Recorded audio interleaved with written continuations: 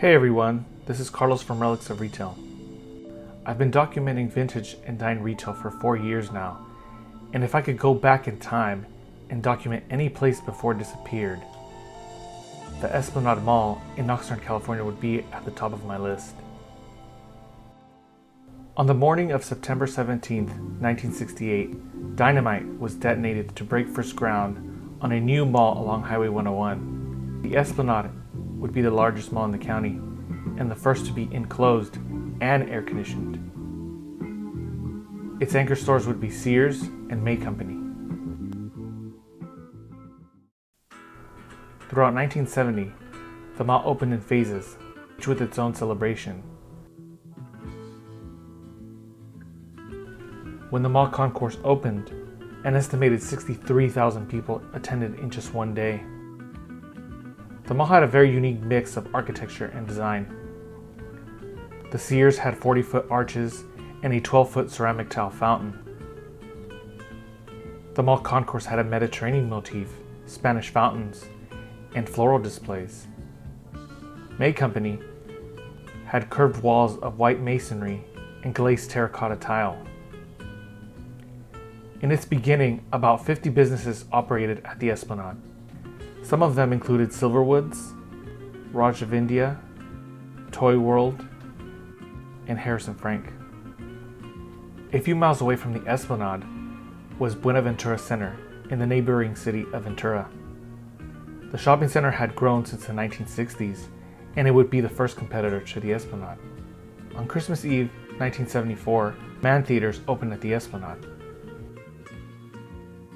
In 1978, the Esplanade had another competitor with the opening of the Oaks Mall in Thousand Oaks. Although the Esplanade didn't have an official food court, it did have several eateries throughout the mall. Some of them included Loop's Cafeteria, Our Gang Deli, and the Oyster Bay restaurant. My family began visiting La Esplanada, as we called it, in the late 1970s or early 80s. I interviewed several of my relatives, and here are some of our memories. I remember the large hanging lights outside of Sears. When we were very young, my brothers and I loved riding the escalator there. Outside the Sears, the mall concourse had a brown floor, which I remember very distinctly, and the smell of chlorine from the nearby two-tier fountain. I remember throwing a lot of pennies into that fountain. 5, 4, 3, 2, 1, blast off! With big tomato. Hello, we've taken the Big Tomato on the road, something I'm sure you wanted us to do for many years, and we finally have done it. We're at the Esplanade Shopping Center, and we're specifically at McDonald's restaurant, and I'm standing next to Howard Cowden, who is manager of McDonald's. Hello, Howard. Hi, Mike. How you doing today? Pretty good. Let's go inside and take a look. Howard, we've brought some of our viewers here. We have girls from the Troop 275. Hi, girl. And we have a couple other boys here who are viewers, Roy Publico and Dave Shuey. How you doing? So right there. Can you press that button and let it go just like that? Nearby was McDonald's. There you go. One of my aunts and 3 of her friends worked there when they were in high school. I remember going there with my mom, my aunts, and my brothers. I have vivid memories of playing with the food toys and drinking out of a Garfield collectible cup. My brothers and I loved going to KB Toys. Even though my mom would say, no more toys, we'd go browsing anyway. My aunts would feel bad for us and buy us toys when our parents couldn't. The first time I ate Chinese food was at the Esplanade when one of my aunts ordered chow mein. She remembers eating at Yoli's Mexican Cafe and getting her hair done at Regis Salon. The mall had several shoe stores, like Leeds and Kinney Shoes.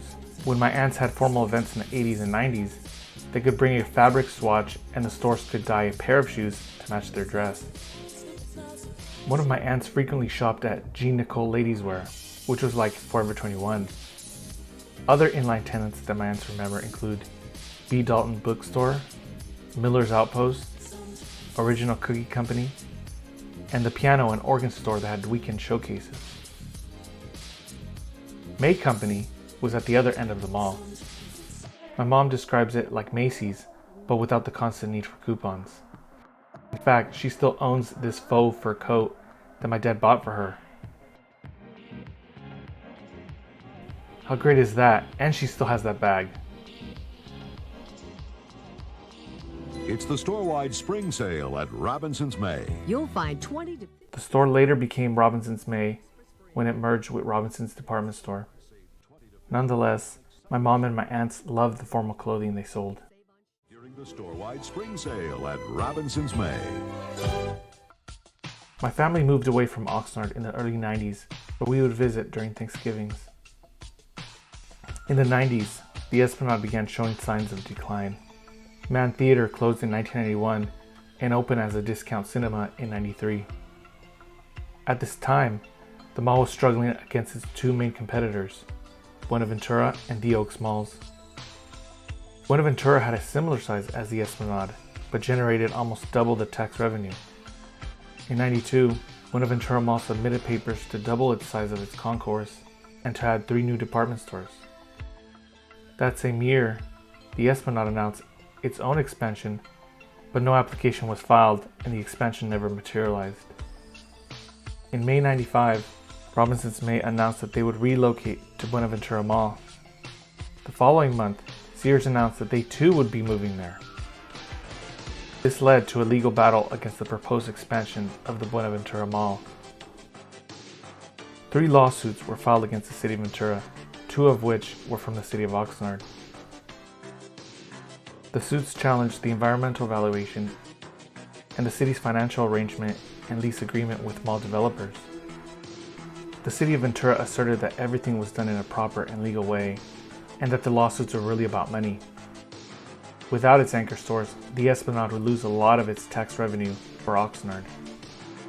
Representatives from Sears and Robinson's May say they would leave the Esplanade whether or not the expansion was approved. After 2 years of litigation, the city of Ventura won and the expansion project continued. Oxnard spent hundreds of thousands of dollars in a legal battle.